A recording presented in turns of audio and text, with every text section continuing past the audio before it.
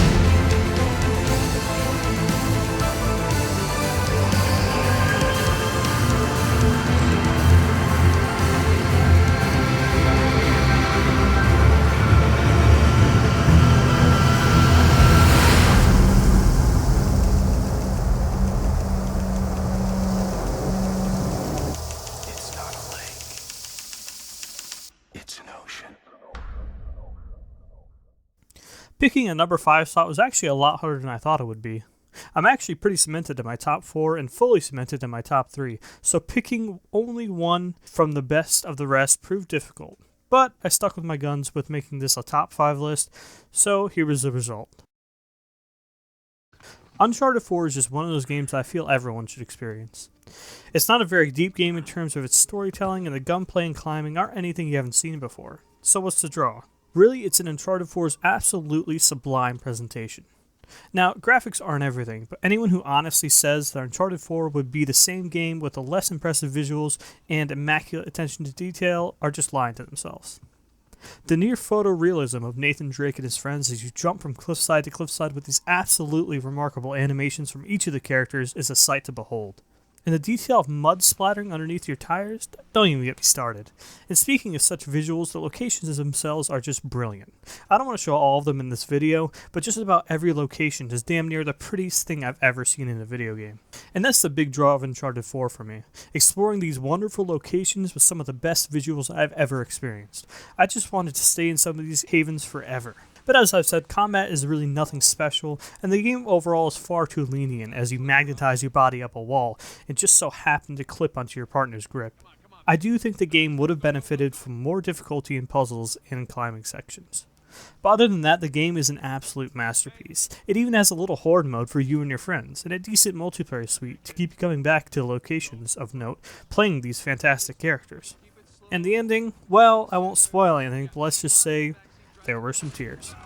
Metro Redux. For those unaware, Metro Redux is a remaster of the games Metro 2033 and Metro Last Light, bundled in one game. I was sure one of the first two Metro games would make my list, but I simply could not choose which game I preferred. 2033 is more atmospheric, and I love the feeling of a giant quest you go on in the game, but Last Light just has so many great character moments and still maintains its great atmosphere. I also really love the RPG elements in Last Light, as well as the no punches pulled attitude of both in terms of their resource management.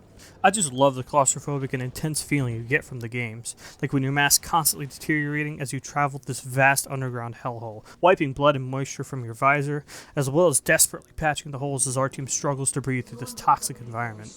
And speaking of environments, both games sometimes rival Uncharted with their intrigue of the location. Just seeing all these interesting solutions to bring comfort and civility to a world underneath our own is fascinating. Not to mention all the abandoned areas on the surface. Seriously, some of my all-time favorite vistas in gaming. I also really love the creatures in Metro's universe. They look absolutely insane, but they aren't overly designed. They even look somewhat believable.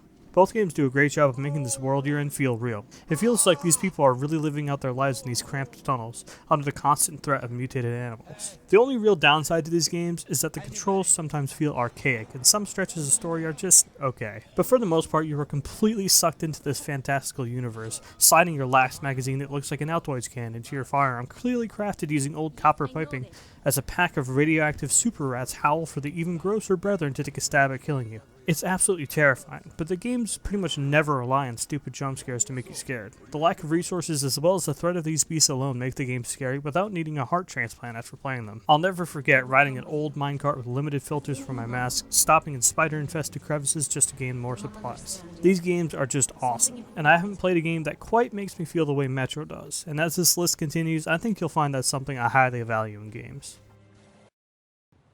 Red Dead Redemption 2. God, I truly cannot believe how good this game is. After reading some reviews, I thought I wouldn't like it, all the long journeys and survival elements required throughout the game, but as it turns out, that was my favorite aspect of the game.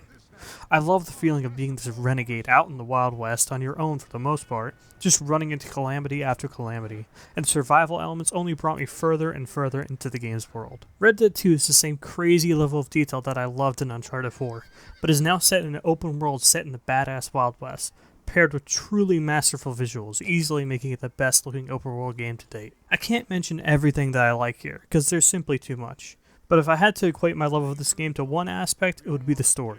I loved Arthur Morgan's story to death. All the characters felt real, and Rockstar did an absolutely wonderful job of making all the characters feel like they came from this time period. The story was actually a lot like The Wire in the sense that it's brutal without lingering on the brutality, and deaths are undramatic and yet still heartbreaking as they are in real life. And the ending, well, without spoiling anything, I got the cliffside ending, and let's say there were once again tears.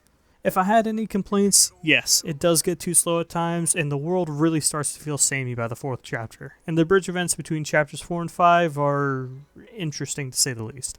But overall, a seriously fantastic game. And if you like to go at your own pace, you will absolutely love it. And if you like open world games, you'll absolutely love it. And if you like the Old West, you'll absolutely love it. And if you like 18th century firearms, you'll love it. Shit, if you're into horses, I'm not judging, you'll love it too.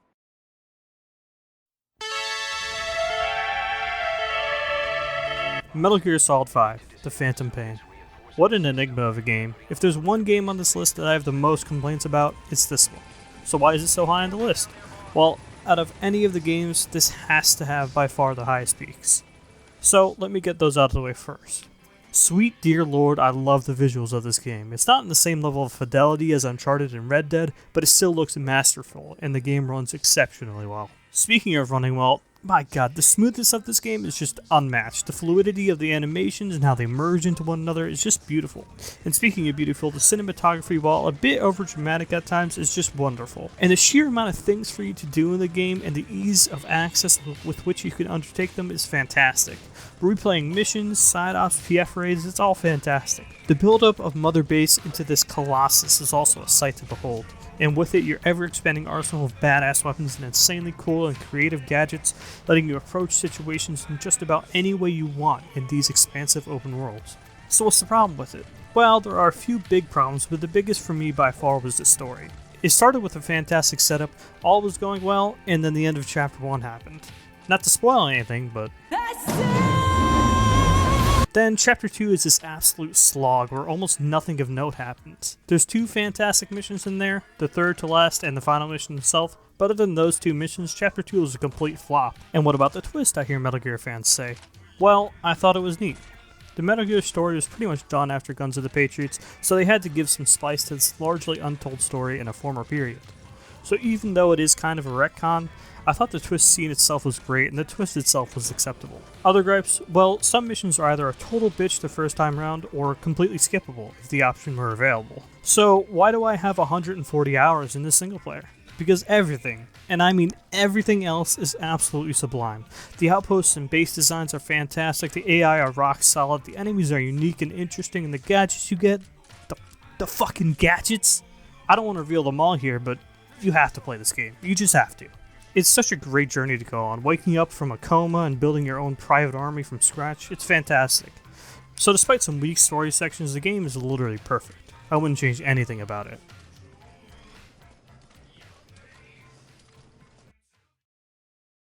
Stephen King once wrote that nightmares exist outside of logic, and there's little fun to be had in explanations. They're antithetical to the poetry of fear. In a horror story, the victim keeps asking why, but there can be no explanation, and there shouldn't be one. The unanswered mystery is what stays with us the longest, and it's what we'll remember in the end. My name is Alan Wake. I'm a writer. Well, anyone who knows me well knew this was coming. Alan fucking Wake. My favorite video game story of all time, hands down. It's so hard to put into words how much I love this game. I have a few things I might tweak here or there, but I find pretty much no fault in this game. The story itself and the pacing of said story remains unmatched throughout my 17 years of gaming, and all the twists and turns the story takes, the characters, the enemies, the protagonist, all memorable as hell and fantastic. The combat is unique too, burning the darkness away from your enemies before blasting them away. You'd think it gets boring, but it just doesn't. And the levels are just so fantastic. Sure, the visuals themselves might get a little samey at times, but the levels, while linear, are all wide open for exploration, and explore you should, with tons of fantastic Easter eggs, and you bet your ass I've watched and listened to them all.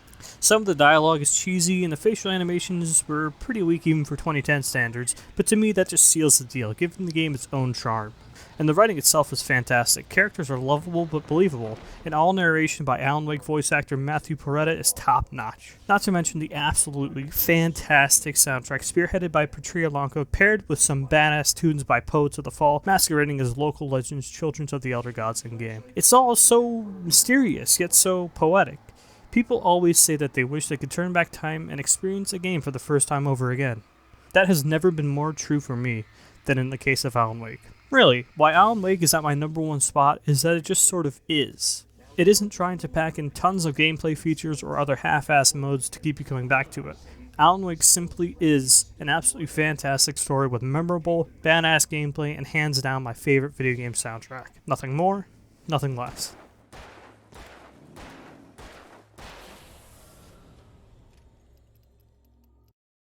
So that was my top 5 list. Hopefully you weren't able to guess too many of those entries. If you want to discuss any of these games on the list, or any of the games I'm going to talk about in the upcoming lists, feel free to leave a comment about them. I'd love to talk about them in more detail. You'll notice I really skimmed over the games, and they do all deserve a whole 2-hour-long video of me singing their praises, but I have a little less than 50 more games that I want to at least give somewhat of a passing mention to in this video. So in the interest of not spoiling anything and not having to record 10 hours of audio, I'm just skimming over all the games here. But with that out of the way, I want to get to my honorable mentions. This is by far the biggest list, so without further ado, the Call of Duty series has seen an incarnation every year this decade. However, their exclusion from the top 5 list was not born out of an inability to narrow it down to just one.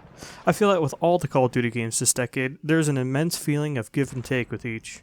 Of all the games, I'd consider Black Ops 1, 2, and 3 all contenders, as well as Infinite Warfare and the recent Modern Warfare. Infinite Warfare is my favorite campaign for sure. However, the Zombies campaign in Black Ops 3 is fabulous, even for someone who isn't a fan of zombies as an enemy archetype in any game. Black Ops 2 is my favorite multiplayer suite, and Modern Warfare is easily the highest quality experience of them all, with Black Ops 1 serving as a more jack-of-all-trades, master-of-none role among them.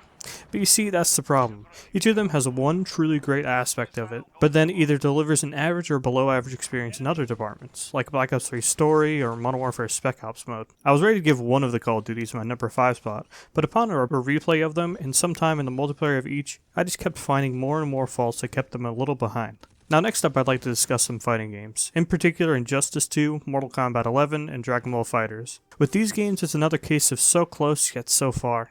They all have fantastic and sleek presentation, with Injustice 2 and MK11 being complete titans in the fighting game scene. But with Injustice 2, they just had so many annoying and completely dominant characters like Deadshot and Firestorm, and when they would get nerfed, fear not, there's Starfire coming in the DLC to make sure both online and pro matches go on for an eternity. There was also a much bigger discrepancy between who was actually playable at a high level and who wasn't.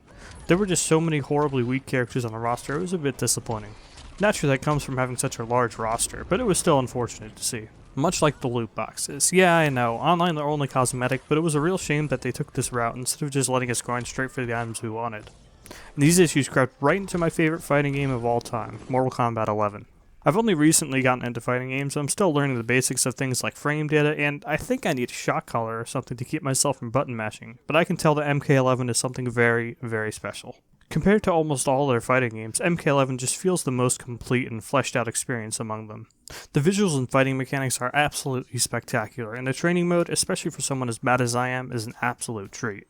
But wow, I didn't think it was possible, but the cosmetic system in MK11 is even more egregious than the one in Injustice 2. I believe there's a total of 7 different currencies in MK11, all earned by doing different events and beating the living towers and completing challenges and so on. The whole system is this massive rabbit hole that is honestly pretty hard to wrap your head around. I've almost 30 hours played, and I'm just now finding the Forge in the Crypt. Like, what even is that? And the grind to get these currencies is absolutely ridiculous. I know they've toned it down since release, but holy shit, the grinding is insane in this game. Even if you're good, trying to unlock the exact combination of gear and skins you want for your character is going to take eons to get.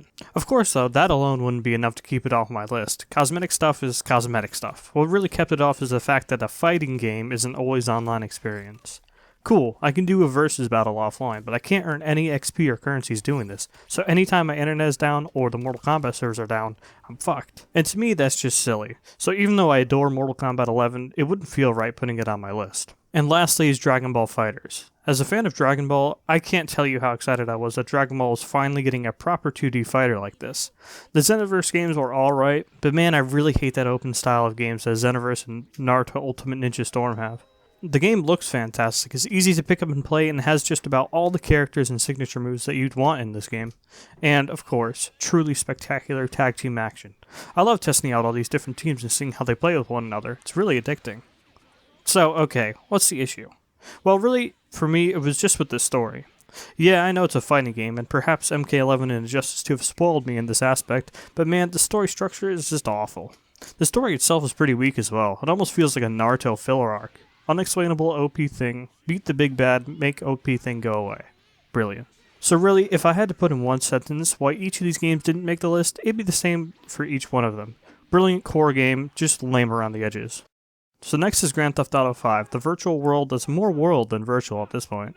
Honestly, I talked about the Call of Duty games and fighting games more than I thought, so I'll leave this one short since there is so much to talk about in this massive game. The base gameplay really is just next level dick around simulator, letting you basically live out a virtual life through one of the 3 main protagonists or protagonists of your own creation in the online portion. Grand Theft Auto 5 is a monumental achievement, as well as its online counterpart, but it's really held back by one of my previous statements. Outside of some solid story missions, it really is just a dick around simulator. And I found that once a good chunk of the story had been completed, I was doing nothing but the story to keep myself invested in it, which in my mind is never a good thing in a massive open world experience like this. And speaking of the story, I'll touch on Trevor real quick. He was a real mood killer for me, and if you want to be a dick about it and tell me that I can't handle the real world, man, that's fine. But this character just soured the more lighthearted and relaxed feeling I got while playing as Franklin and Michael. Overall, it's an experience that I think anyone who likes open world games will enjoy, but with the caveat of not all the humor landing, as well as some of the story beats later on just being okay. Minecraft is another one I think will be a quickie because there's just so much to talk about. Minecraft is one of those games that is what you make of it. It can easily run the spectrum of trash kids game to the ultimate way to express your creativity in a video game space, depending on who you ask. For me, Minecraft is a spectacular game, really. It's so simple yet holds so many interesting and complex mechanics. Building on the crafting table, incinerating in a furnace, it all sounds simple, but there's hundreds of outcomes for every possible action in the game.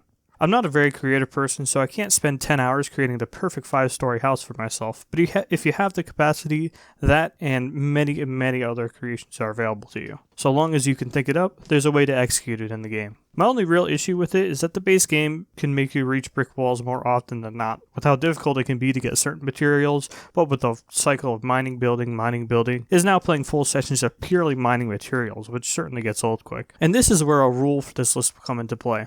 There's tons of fantastic mods for your game and your server to properly manage things as well as make building and gathering materials easier. However, I will not be considering mods in my assessment of any game. I don't think it's fair to take the work of modders into consideration when rating a game. If I did, I think the list would be a complete mess, with the games with only the finest nude mods taking the spots. With all that said though, Minecraft is a fantastic experience that I think everyone should, and probably already have, tried. So another genre of game that those who know me were likely expecting me to include would be a racing game. And there are certainly a few that I considered. Unfortunately though, for me racing games are another give and take. To make it easy, let's take this into two categories, simulator games and arcade games. The games I had in mind are as follows. For arcade, it was The Crew 2 and Forza Motorsport 4, and for simulation it was Dirt Rally and Assetto Corsa. It's funny because I feel like each type of racing game has a reverse issue the other does. The arcade racing games have superb and addicting progress systems, but the simplified driving can get monotonous. Whereas the simulation racing games have superb driving mechanics, but the lack of strong progression system keeps you from endlessly coming back to the game. So that, in essence, covers the big issue I have with each type of game, and in all honesty, the voice acting of all the arcade games, the Forza Horizon series, the Crew series, Need for Speed, it's all terrible. Not necessarily the performances themselves, but even if the performance is good, the voice director felt the need to tell the voice actor to replicate the feeling of putting a toothpick in your ear canal and bashing the side of your head into a wall. It seems like such an insignificant thing to complain about, and I wouldn't be so frustrated if I could just ignore them. Or in Forza's case, turn them off at all. But seriously, this decade's been absolutely insane for racing games. Easily the best decade ever, despite the distinct lack of Need for Speed titles. Here's a list of racing games that were near the top 5 list at one point. Forza Motorsport 4. Fantastic Forza game in every way. Easily my favorite, just a weekend game and very easy game overall. Forza Horizon 4. Once again proving that any Forza with 4 on the end is amazing, but in all seriousness one of the best open world games ever made, period. Dirt Rally, the only rally game in my opinion to come close to Dirt 2. This game mixes seriously impressive physics with a lighthearted atmosphere. So next up, here's another conundrum. Barring 2016, the Assassin's Creed series has had a fully fledged title every year, with 2014 being a double release year. And I'll be honest here, I love all of them, with Brotherhood, Odyssey, and Black Flag being standouts for me. But unlike Call of Duty where every game is overall average, with one aspect being particularly good, the Assassin's Creed games are all above average, with 1 or 2 glaring unignorable issues. I won't go over everything here since I plan to do a video where I take a look at the Assassin's Creed series in depth, but here's a few examples. Such as Unity having one of the greatest open worlds in history and the best parkour mechanics of the series, but being one of the most unstable AAA games I've ever played, as well as having some really silly, predictable story moments. As well as Syndicate having an impeccable style and another fantastic open world, but then having literally the worst final boss and ending of a game I've seen this decade other than Shadow Warrior 2, as well as some boring assassination missions. And it just kinda goes on with these games. The second half of Origin's story, Odyssey's pointless, lore-breaking RPG elements, Black Flag's unbelievably bad Abstergo storyline, 3's horrible pacing, Den Defense and Revelations, Rogue's empty world, Brotherhood being, well, a bit boring. Despite their issues, I still highly recommend the Assassin's Creed series to anyone who likes third-person story-driven game. I'd say start with the Ezio collection, and if you like those games, you'll like the rest. I just couldn't wholeheartedly put Black Flag or Brotherhood at number 5 on my list, simply because I couldn't ignore the issues I was having with them upon replaying them earlier this year. So next up I have a game that's very special to me, but probably not special to anyone else watching. Halo 4. Your first reaction to this is probably, well, what about Reach? And I will get to it, but first I'll explain why I like Halo 4 so much. While I wasn't really into the Prometheans or Didact as villains, overall Halo 4 was still my favorite Halo campaign. Halo 3 comes very close, but just had a few missions like Cortana and Floodgate that are straight up slogs. Halo 4 had a few moments where it felt like a corridor-to-corridor feeling that FPS games are plagued with, but really only got bad as Shutdown where you're flying around in the Pelican shutting off the Forerunner things, I think. It's been a while since I played it. The multiplayer suite as well in Halo 4 I think is super solid. I know not everyone likes it and that's fine, but I really fell in love with the maps and really love most of the armor unlocks, and its progression felt fair, if not a little odd. Spartan Ops as well, even though it certainly got very old by the end of the story, was a solid experience. Having it replace Firefight was a bold move, and I wish Halo 4 could have had room for both Firefight and Spartan Ops, but I am glad we at least got a different experience. It's strange how through my nostalgia goggles I always saw Reach as significantly better than Halo 4, but upon returning to both earlier this year, I found Reach sorely lacking and frankly annoying when compared to Halo 4. League of Legends. Now this one may come as a surprise to you guys, but I actually have a lot of good things to say about League. Like I said at the start, I'm not taking the game's impact on gaming into account, so don't expect a long esports related speech in this section. I'm purely looking at League of Legends from a gameplay perspective, and when you stop and think about it, this game is incredible. The vast number of mechanics at play here alone are mind-boggling. All of the sneaky and interesting interactions of the game are an enigma, with new strategies formed daily. The core gameplay is, on paper, pretty simple. However, League is one of the most tactical and strategic games ever created. The sheer number of possible matchups alone are, get this, around 23 quadrillion. Of course, that's taking into account every champion in League in a blind pick situation. But even so, it means you'll almost never have the same set of champions on each team twice in a row. That paired with the playstyle of every player being a little bit different means that you will have to play tactically and strategically on the fly constantly in order to thrive in League of Legends. And that's the sort of intoxicating gameplay that gets League on the list. However, of course, it has to be mentioned that the game is extremely competitive and as a result, very toxic most of the time.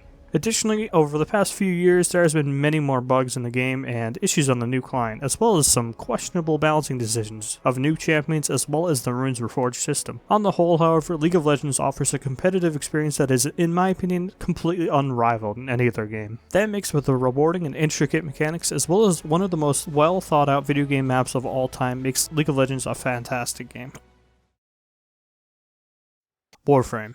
Here's another free-to-play entry for you guys. It's not a game that I found on most people's lists since they usually abstain from the free-to-play market. However, Warframe is a game that I simply couldn't ignore while making this list. I'll be honest, I'm not very big on the lore of Warframe. In fact, I think it got more and more lame as they kept explaining their universe, but the overarching story missions themselves are top tier for a looter shooter like this. I used to find the timed crafting of items in the Forge to be an insane tedium, but once I reached adulthood and realized that life isn't just school and video games, I found the system extremely fair. For the most part, that is. It's obviously meant to bait out the impatient, and I will admit to falling into that trap when I was younger, but nowadays I just see it as a necessary evil in a free-to-play game. The character and weapon designs here are just awesome, and the movement, after being refined for years upon years, is just wonderful. If you guys haven't checked out Warframe, I highly recommend it. It's one of my highest recommendations since it's completely free-to-play. And I can't mention enough how powerful the community element is in this game. The only downside is that it does get old after the first 15 to 20 hours or so, but there's always something for you to do that you haven't done before on offer here. The Witcher 3 is just one of those games I could not stop hearing about. Ever since it came out, everyone has sang this game's praises, and I was just in awe of how many 9 and 10 scores were handed to it. Now before I continue, I want you guys to be aware that fantasy is really not my thing. That may have already been evident as The Witcher didn't make my top 5 list, but just going forward, I want to have the notion set that The Witcher is certainly the best game I've ever played in a fantasy universe. Honestly, even with it not being one of my favorite games of all time, I could still go on for hours singing its praises, but you guys have heard it all before. A fantastic main story tied with superb side quests and a mature attitude to its world, as well as a stunning soundtrack being set in one of the most interesting fantasy universes ever put to paper. So other than things such as magic not being a big draw for me, what's wrong with it? Well, if I'm honest, I still felt like The Witcher 3 fell into the same trappings that come with an open world RPG game. There were plenty of quests that just felt like filler or fetch quests, like go to this guy in this town, oh no, before he gives you the information you need to continue, you gotta do this one thing for him. and then do it again, and then get 5 minutes of dialogue, and for him to tell you that there's 3 more things that you need to do before you can continue. And the cycle just kind of went on. Of course, this being The Witcher 3, pretty much all the characters have an interesting thing to say, and what you do on said filler or fetch quests are at least cool in concept, but it just got old for me after a little while, like what happens in so many open world games for me. I also felt like the combat wasn't particularly special, though since my character isn't maxed out, I won't go ahead and say that the combat is overall bad, but it certainly felt underwhelming upon first learning the mechanics. Overall, still a fantastic experience I think most will enjoy. I was just surprised that with such a well-received game still fell into the trappings that I feel hold so many open world games back. Before I move on though, I do want to address one thing that may be burning on your mind. How did Red Dead 2 do any of this differently? Well, there were certainly filler or fetch feeling quests in Red Dead 2.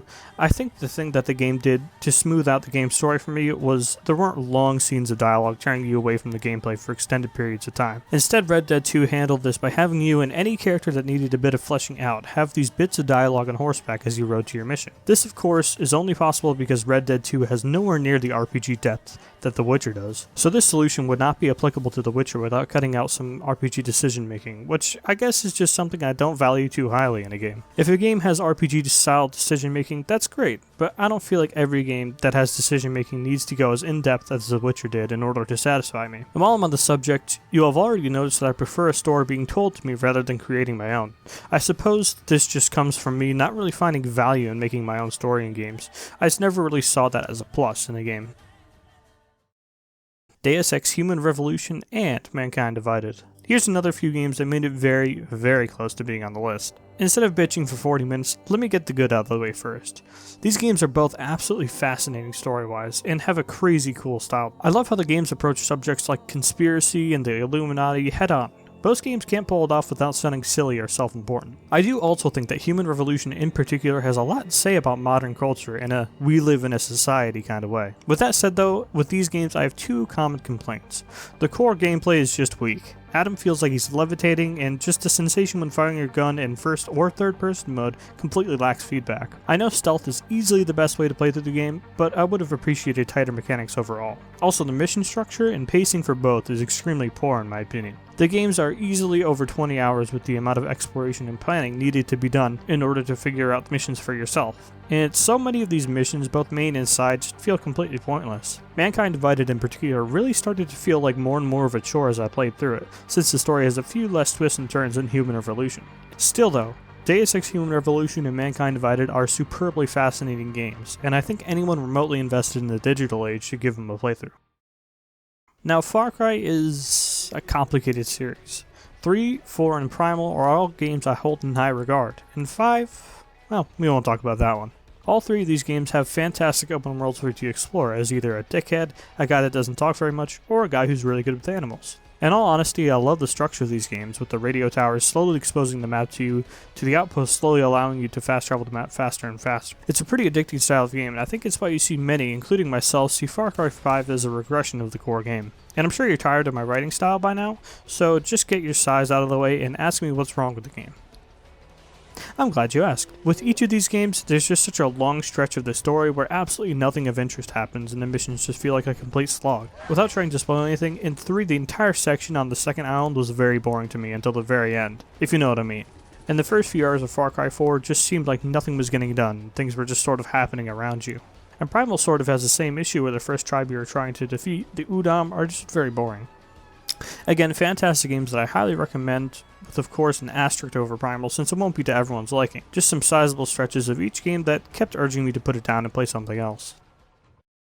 So to cut the monotony up a bit, in this section I'm going to list off a few games that I've played a small portion of, but are from genres that are not really my thing, so they naturally didn't catch my attention. However, this is of course still the honorable mention category, and these are games that, if you're into these genres, I think you'll absolutely love, and I personally have a great deal of respect for. Then again, if you like these genres, there's no doubt you haven't played them, but whatever, I just want to give them a mention. For hack and slash titles, I found a great deal of enjoyment from Devil May Cry 5. DMC has always had a wonderful aesthetic, and bringing it to life in modern hardware is a sight to behold. Really enjoyable even if it didn't sink its hooks into me. Nier Automata was another one that I was pleasantly surprised by. Once again, a fantastic aesthetic spearheaded by a big booty android protagonist, and a story that makes you question if your eyes are real or not. Next up are Soul-style games, and yeah, I've tried a few like Lords of the Fallen and Sekiro. Let me tell you, I can't play them for shit. I'm sure with patience I can get down with them like most of you guys watching do, and I will at a later date, but for now that's on hold to preserve my controller for just a little while longer. That being said though, I still have great respect for Sekiro's approach to this genre, as well as some truly stunning visuals and music. And here I want to give a shout out to Resident Evil 2 and 7. The horror genre of movies is something I've grown attached to primarily through James from Dead Meat. A ton of classics like the Texas Chainsaw Massacre and Alien, as well as modern classics like Hereditary, are slowly creeping up on my list of favorite movies. As for the horror genre of games though, I've never been all that into it. Most horror games either felt like a runaway from scary things simulator, or like I'm just watching an okay interactive horror movie. With both of these games though, I really feel like they shook off all the bad stigmas I'd felt from those games in this genre. I found most of the puzzles incredibly interesting, and neither game relied on too many jump scares to try and remind me I was supposed to be scared throughout. And of course, what would a mention of Resident Evil 2 be without reminding you that this is easily one of the highest quality gaming experiences you'll ever see, on all fronts. Audio, visual, gameplay, it's all great. I did find some frustration in both, and I have to admit, they didn't really keep my attention, and like other games in this section, I haven't finished either of them. And that goes for a game I regrettably have to put in this category as well, The Last of Us. While not a horror game per se, it still runs in the same issue I have with the two Resident Evil titles here. The main enemy archetype here, that being zombies, or rather the more hip thing to say nowadays, infected dudes, just bore me to death. And while the performances here from the voice actors are fantastic, as well as about a quarter of the story I've played through, I just was not gripped whatsoever by the gameplay. It's certainly a title I'm looking to come back to in order to finish up Joel and Ellie's story, just not for the gameplay. Whether you want to call me a pussy or just hate me for not pushing myself through these games, either one of these options is fine. I just ran into the same wall I ran to with the hack and slash and Souls type games. They just didn't do well with keeping me engaged. As with those games, if these titles are something you're into, you're going to and probably already have enjoyed the shit out of them. And I have a great deal of respect for them. They're just not for me. So now back to listing off games. Great. Next up, I wanted to give a quick look at the Battlefield games, particularly 4 and 1. Yeah, I don't know why they call it Battlefield 1 either. I get it, it's based on the First World War, but still, like, what the fuck. But really, there's not a lot for me to say that hasn't already been said. The campaigns are both lackluster, and with 4 in particular being a complete joke in my opinion. The multiplayer suite for both is where it's at, and both games offer an extensive list of options. But of course, at least half of the game modes die just as soon as the game turns 30 minutes old. So most of the time when I look at the list of available game modes, I can't help but think, why are you even here? But you guys know the gist by now. Battlefield games offer superb quality both visually and audibly and offer a truly unique massive battlefield for you and your squad to traverse. I do have to say though that this style of game is not my preferred option. I'd play most Call of Duties over Battlefield 4 or 1. Particularly this comes from Battlefield frankly feeling like a boring experience most of the time unless you're playing with a squad mostly comprised of your friends. And of course you can just say, just play with your friends, forehead. And that would be great if I were still in high school, but sometimes your best option is choosing a multiplayer experience in which the game is still better with friends, but not exceedingly boring without them. Again, the Battlefield formula just doesn't speak to me, which is the catalyst for my lack of enjoyment when playing alone.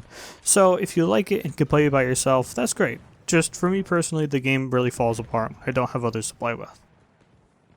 Mass Effect 2 and 3. The Mass Effect world has to be one of my favorite in gaming.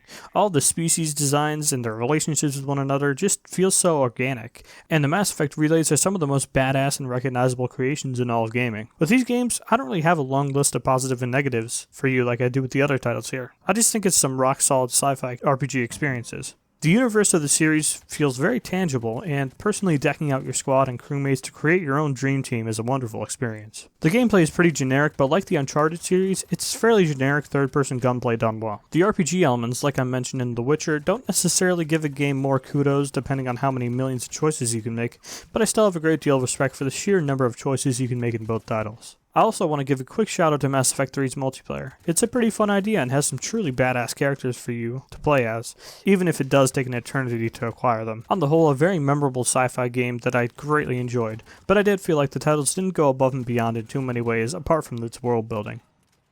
Skyrim. Now here's one that you may not have seen coming after I said games wouldn't get extra points for mods added by the community, but I think people forget just how good the Skyrim base experience is. This is of course set in the Elder Scrolls universe, which is another extremely layered and thought out video game universe. So that alone, particularly as someone who was unfamiliar with the Elder Scrolls universe prior to getting Skyrim, gave me hours upon hours of learning all about this crazy world. Again, if I may refer to my thoughts about The Witcher, fantasy elements aren't my thing, and the abundance of magic in the Elder Scrolls universe meant that I was sometimes unimpressed with certain powers available to me, or underwhelmed when some enemies like the Dragon Priests. Never quite got tired of the dragon shouts though. And speaking of dragons, I should probably talk about the combat, which is one area where Skyrim sorely lacks. There's very little feedback when using the weapons, and the animations themselves are stiff as hell. I know it's an aging game and all, but damn, some of these are pretty bad. With that said though, Skyrim is still a wild adventure, with a whole lot to experience and learn in the game world. And that for me was the biggest draw of Skyrim, just the pure sense of adventure. And while it does play it safe for the most part, I think that it actually works in the game's favor, since Skyrim alone is the game that broke my fantasy shell. And while they're still not my thing, I have Skyrim to thank for introducing me to them. So to round off my honorable mentions, I just want to give a quick shout out to some really fun games this decade that I wouldn't consider extraordinary or anything, just games that I personally found enjoyment from and want to get their names out there for. Crysis 2 and 3. This one in particular may come as a surprise, not because I wouldn't like them, but rather simply because they're not exceedingly good games. And you're right, they're not exceedingly good. I just personally found enjoyment in the gameplay and multiplayer suites of both games. The stories of both games have some interesting ideas, but they're just okay overall. Just wanted to give these games a quick shout out since I enjoy the way they play. And here's another one I want to give a quick mention to, Payday 2. While this game does eventually become the shoot endless waves of enemies simulator, the first few hours of playing over each heist is a great experience. Not all the heists are great or hell, even good, but a good chunk of them are really solid experiences. And you'll get a hell of a lot of playtime just playing through them a few times and perfecting all the steps to the heist. There's also endless customization for your hundreds of weapons and strong roster of characters alike. It's really a game with a simple concept that you can really soak countless hours into. It's not a particularly deep game, and it definitely gets old quick once you run out of new heists to do, but on the whole it's still a fantastic experience, especially with friends. Saints Row 3 and 4. Talk about a love-hate series. Initially I hated what Saints Row the 3rd did to the Saints Row name, taking it in a completely different direction from 2, and felt completely buried the series in the process. However, upon further reflection, it was clear that Volition was in a hell of a spot with Saints Row 3. Saints Row 2 got a bad rap as a Grand Theft Auto wannabe, and now through the power of hindsight, I actually agree. Don't get me wrong, I enjoyed my time with Saints Row 2, but it was really just Grand Theft Auto with a less interesting story and more dated gameplay than some of the early Grand Theft Auto games, not even considering the monumental open world achievement that was Grand Theft Auto 4. So Volition really needed to make Saints Row its own thing with Saints Row the 3rd, and in essence they did, but I certainly do feel like they went overboard. Still though, it's a great game just to turn your brain off to and play through this frankly stupid but still extremely fun ride. The same goes for Saints Row 4, just everything's turned up to 11. Battlefront 2. I think more than enough videos have been released recently committing Battlefront 2 on its turnaround from the most hated game to 2017 to an overall decent experience. I won't bore you with the details because I know you already know the whole story. Hell, I'm sure all of you were there for it. I just wanted to reaffirm all the positives of the game in its current state. They really have made it into the game it should have been through free DLC updates over the years, and now it's a solid Star Wars multiplayer experience. And is, of course, of superb quality thanks to being in the Frostbite engine. If you can't forgive the loot box controversy of 2017, or feel like supporting the game now that so much time has passed and they're just now getting it to where it should have been as a play on modern gaming, I can respect that, but I personally still recommend the game to those curious. Titanfall 2 is another game that isn't exceedingly good, but is just a very good time. I had a lot of fun with the single player despite the predictability of the story and the Titan boss battles getting rather boring after the first couple. The multiplayer is of course where Titanfall 2 is superb, and even though I'm absolutely garbage at it, I can still have a high amount of fun with all the crazy gadgets and mechanics present in the game for pilots as well as your Titan. It's a very unique and fun experience, and I recommend it to anyone who likes fast-paced shooters. And real quick here, I just want to give a straight up list of games that I have enjoyed over this decade with a one-sentence review that won't have their own little section here or a glaring omissions category, because frankly, if I have to talk up or type up any more of these, this video will be coming out at the end of January. Gravel, super fun arcade rally game. Split Second, Rocks Fall, everyone explodes. Killer Instinct, playing as the Arbiter in a fighting game, that's a buy. Dirt 3, very solid rally racer overshadowed by Dirt Rally. Need for Speed Hot Pursuit, great soundtrack, great cars, great driving action, plus a Crown Victoria. Need for Speed Rivals, a fairly shallow game, but it's a blast and has plenty to do, plus Lexus LFA. Need for Speed 2015, the best visuals meets the worst story and progression of all time. Need for Speed Payback, very lame story, but I actually really enjoyed the progression and amount of stuff to do. Need for Speed Heat, easily the best Need for Speed of the decade, just wish it came out before 2015 in Payback so I wouldn't be getting deja vu while playing it. Ace Combat 7, Skies Unknown, great flying game, fun story, and amazing progression in gameplay. Gears of War 3, Absolutely awesome Gears of War entry, not the best campaign of the series, but my favorite Gears all things considered. Dragon Age Inquisition. Really neat fantasy RPG that I've yet to finish, but so far I have nothing but good things to say apart from some bugs. Mortal Kombat XL. Not my favorite fighting style or roster, but still a rock solid fighting game. Project Cars 2. The most decent racing sim I've ever played. Rainbow Six Siege. A game I really enjoy even though I'm terrible at it. Gran Turismo Sport. Superb quality game, just lacks real charm. Observer. Super interesting universe that keeps you on your toes. Plus, RoboBrains. Drive Club. Tragic story of a great little arcade racer torn asunder by clickbaiting articles ragging on his poor release. Batman Arkham City and Arkham Knight. Easily my favorite Batman games, love them to death. Watch Dogs 2. Rock solid open world game that's different enough to keep this franchise going. Shadow Warrior 2. Extremely fun but also surprisingly expansive fast-paced shooter. The Order 1886, a solid but interesting title held back by people who think that saying you don't care about graphics makes you special. Dirt Rally 2.0, a sleeker user interface and better graphics but less content at launch. What gives? Paladins, Overwatch but free, and also has a more interesting roster, better balancing, better community. The Crew 2, easily the biggest open world racer in terms of map size as well as things to do. An overall lackluster experience, but kudos for just how much there is to do in the game. The F1 series. Great games for an annual series, particularly 2013 to 2019.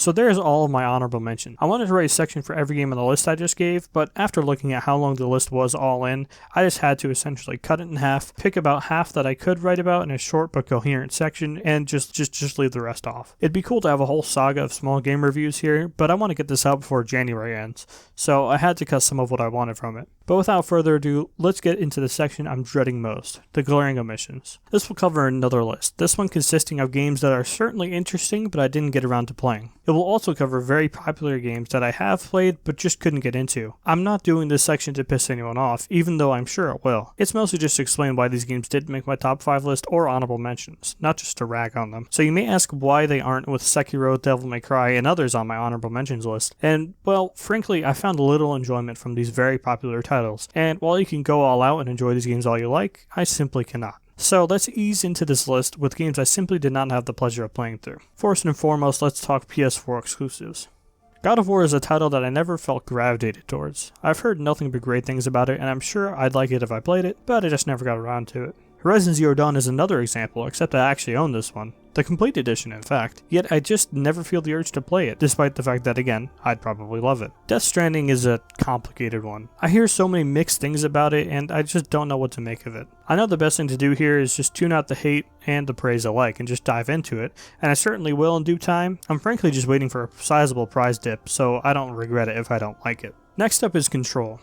This one may come as a surprise considering how much I like Alan Wake, but frankly I've just never been that interested. I've watched plenty of reviews and gameplay footage, but I am just in no way gripped by it, despite everyone saying it's above average or Game of the Year material. Another one I'll wait for a price drop, I think. Fallout 4 may come as a surprise, but for a different reason. Who hasn't played Fallout 4? Well, I actually bought it on sale a few days ago and I'm gearing up for a playthrough, but it's just one of those ones I never got into for no particular reason. And here I want to give a whole genre of games to mention, the interactive story genre. This covers games like Detroit Become Human, Until Dawn, Telltale Games, and so on. Now, I have no problem with these games themselves, I just don't enjoy playing them. It's funny because I actually really enjoy the stories here, but I think it comes back in part to me not really caring for RPG elements in games. I actually really enjoy these games through the eyes of other people, like Tyler One's playthrough of Until Dawn. But I have very little drive to play these games myself, or any game like them. Just one of those things for me, I guess. And here's one those who know me will have at the back of their mind. SMITE. Honestly, I really wanted to give SMITE a spot in my honorable mention list, especially considering I put League of Legends on there when I have much more experience than SMITE. And on a good day, I do like SMITE more, a lot more in fact. When all is well in the land of SMITE, it is a third-person MOBA done right, with tight mechanics, cool character designs, and, as of late, decent enough balancing. So what's the problem? Oh, just that more than half the time the game just refuses to work properly. Just ask anyone in the SMITE community, there's no popular game out there that has as many bugs for as long as SMITE does. The whole chat system will just break on a whim, or the entire friend system will go offline, making it impossible to see your friends list or party properly for total patches at a time. Not to mention the sheer number of times certain skins or certain gods have completely crashed people's games, putting those skins or gods completely out of the game for months at a time. The most recent of that being a batch of Scylla skins and the god Zhong Kui. Not to mention the ridiculous way Persephone caused a game restart in the World Finals, allowing Team Rival to get a chance to redraft their team. And that is of course providing I don't have 100 ping for 5 games in a row. Oh, I switched to a brain dead character so I can be relevant in a high ping environment? Oh, now I get the 40 to 50 ping I should be getting, which is still multiple times higher than what I get in other games. Hell, it's 3 times more than what I get in another high-res game, Paladins. Absolutely ridiculous the amount of bugs and performance issues I've put up with over the past, holy shit, 5 years I've played this game. I'll always have a place in my heart for Smite, but it's becoming that time for me where I'm feeling fed up with the game's constant stream of bullshit. Every game has bugs and performance issues at times, but I've never experienced a game that has bugs quite as frequently or as long as Smite does. So with those titles out of the way, be prepared to disagree, or rather disagree more than you already have with me, as I get into some very popular games that I genuinely just don't like. Halo Reach. While there's no doubt that Halo Reach has the superior custom games to Halo 4, which made my honorable mentions list, similar to mods and other games, I can't see how the creativity of the player base should positively impact the game's standing in the ranking. Additionally, I really liked the multiplayer in Reach, like big time. The inclusion of Bloom as well as countless new power weapons just made the game frustrating to play. I've heard plenty of people say the Halo is all about power weapons and you should be prioritizing them, but in Reach, it began to feel like an absolute must with the sheer abundance of weapons on the map. Also, I hated most of the maps, particularly the Forge World maps and the matchmaking queues. Whose idea was that anyways? As for the campaign, I honestly found it boring when I was a kid when I first played it, and now I just find it completely forgettable. Every member of Noble's team is exceptionally bland, with the overarching story of Planet Reach just not being that interesting to me. Firefight is another one I don't understand. Why did endless waves of AI spawn and catch on? I guess the modifiers spice things up, but I always wound up getting bored at least halfway through the game. It's not like Halo Reach is a bad game, but man, I never understand why people put it among their favorite Halos. Halo Reach does scratch a niche itch, since it's quite different from the other titles in the series, and maybe that's what it is, either that or the massive booties on the female Spartans. Here's another shooter for you, CSGO.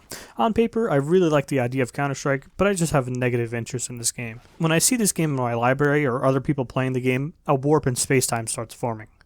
I don't get it. Why is this such a popular game? I mean, the mechanics are pretty sharp, but apart from the good feeling movement and shooting, I just find most of the aspects of the game boring or tedious, like the map designs or recoil patterns. In a more competitive setting, I can see this game being wildly intense, but at my level, every match just feels like a complete clusterfuck. Let's keep it going with the shooters with the super popular one, Overwatch. In my short Paladins shout out, I said that I felt Paladins did most things better than Overwatch. I was lying. In every aspect other than overall quality, Paladins is a better experience, at least to me. Overwatch had a strong launch that I enjoyed quite a bit, but with every single patch they managed to make the game less and less fun. Anna, Doomfist, Baguette, I don't know, Ashe, Mariah, sure, not every new character was broken, but they certainly had a habit of completely gutting or completely breaking characters over the course of one patch. The game now is absolutely brain dead, with the same few characters viable and just staring at and shooting at shields as tanks run at you or cheese you off the map. I really don't understand who thinks up some of the abilities in the game, like, did you even play with it? And honestly, I will go on record and say that Overwatch is the most toxic experience I've ever had online. I'm nearly max level in Smite, level 110 in League of Legends, reached Plat in Paladins, was gold in Overwatch, and was a new player in CSGO competitive. So I've had a decent experience of competitive multiplayer, and no community is more egotistical, toxic, and just plain cancerous as Overwatch. People in CSGO are annoying, sure, but they're nowhere near as downright mean-spirited as the Overwatch community. I could maybe take a bad community, but the sheer amount of horrid additions they've made to the game since it came out is truly mind-boggling. Still, it was fun when it first came out at least. Here's where things really start to get spicy though. The Shadow of Mordor series. This is a series where I'm properly baffled as to why so many people enjoy it. To me, these games are of high quality, but feel like some of the most derivative games I've ever experienced. As I've mentioned 100 times, I'm not into fantasy, so naturally the games were going to be a tough sell for me. But nearly every attack, every character, every animation just seemed ripped straight from other games. And the two stories here, especially Shadow of Wars, just feel like random Lord of the Rings fanfiction. I haven't completed either because, frankly, I can't be asked to play through a game half asleep, but maybe someone in the comments can inform me as to what's so good or so special about the series, because I really don't see it. And as if you weren't angry enough, the next series is Borderlands. In full disclosure here, I've only played Borderlands 2, and I only have about 10 hours in it.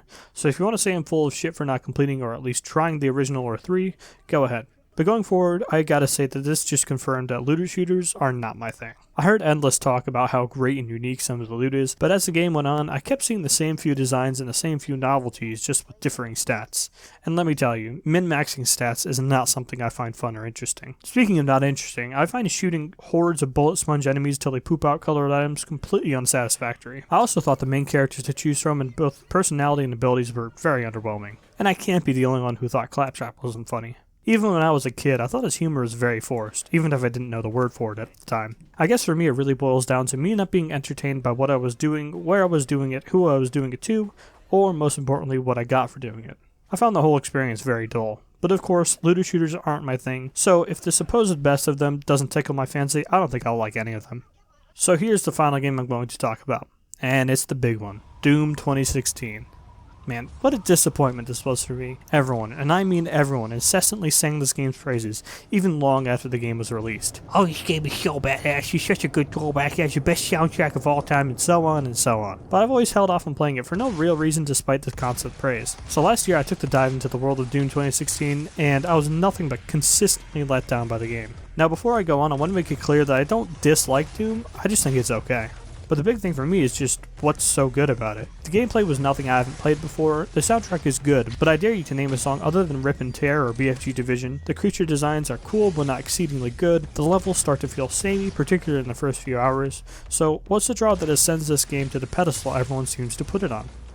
Oh, must be the difficulty, right? Well, I'm pretty shit at most games, and I can still play at the highest base difficulty once I get my bearings on the level straight. Well, after talking to my friends and rewatching some reviews that praise the game to no end, I have no conclusive answer. I feel like this was one of those games that everyone wanted to like. Wound up being a decent game, so everyone just jerks off all over it, as if it's the FPS equivalent to Red Dead 2 or Witcher 3. And just a note to stoke the flames of the fires of people who love this game, I found it annoying how the people preaching about needing a strong single player in games and no need for a tacked on multiplayer aspect seem to just ignore the complete abortion that is Doom 2016's multiplayer. And speaking of abortions, what was that shithole story? I mean, if there's one thing I just straight up don't like in this game, it's the story. Yeah, I get it. The story's not the point, but it still gets in the way of the supposedly rapid-fire gameplay. It's not even like it's Doom's fault. I feel like this game's just got way oversold by the gaming community at large. It's a fine, fun enough game, just not some messiah among first-person shooters. I completely understand if you're annoyed that I took games like The Witcher 3 and Doom's merits at the forefront of my mind and let that lower my opinion on them. But with social media in full effect, you have to play every game the instant they came out in order to have an unadulterated experience, which is just not how I conduct myself.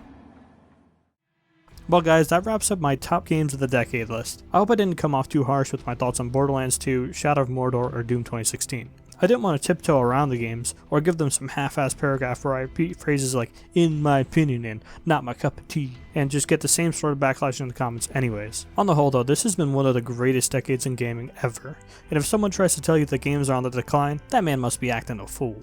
See what I did there? But again guys, I hope you enjoyed, and if you made it this far, a sincere thank you from me, and if you have any video suggestions, please leave them below.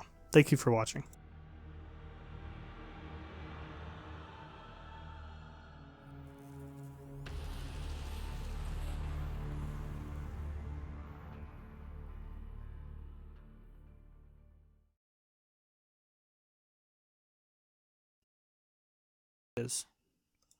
Oh my god, what is wrong with you? Fuck off. Jesus.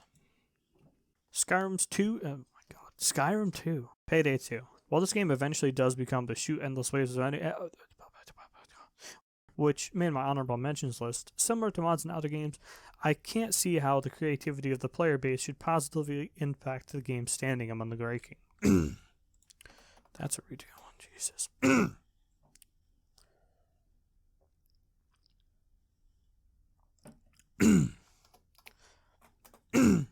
While there's no doubt that Reach has the superior custom games, but again, seriously guys, I hope you enjoyed, and if you made it this far,